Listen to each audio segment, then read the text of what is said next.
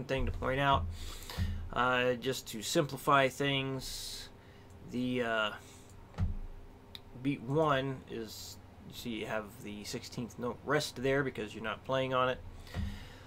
So technically, when you do the repeat, you're supposed to, the way it's written, it's telling you to not have anything ringing out on beat 1 when you do the repeat. However, again, I just did that to keep things simple instead of having to put in extra bars and whatnot to have it repeat and sound exactly how I want it to sound, right? So what I'm getting at is you don't have to cut off the E5 chord here when you get to beat 1. Go ahead, let it ring out. It's not a big deal. The whole point of this rhythm is to get you used to doing all upstrokes with the 16th note feel. So if you have any questions about this, please let me know. Hopefully everything makes sense.